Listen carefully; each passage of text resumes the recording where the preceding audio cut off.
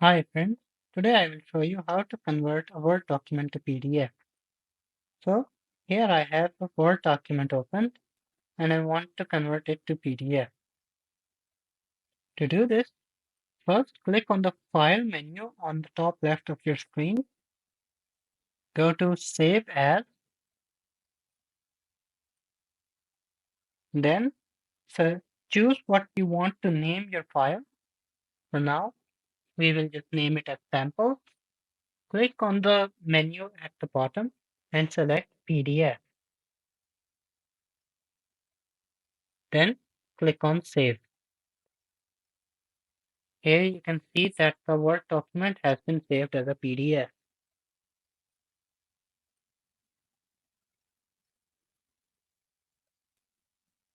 Thank you for watching. Make sure to like the video and subscribe.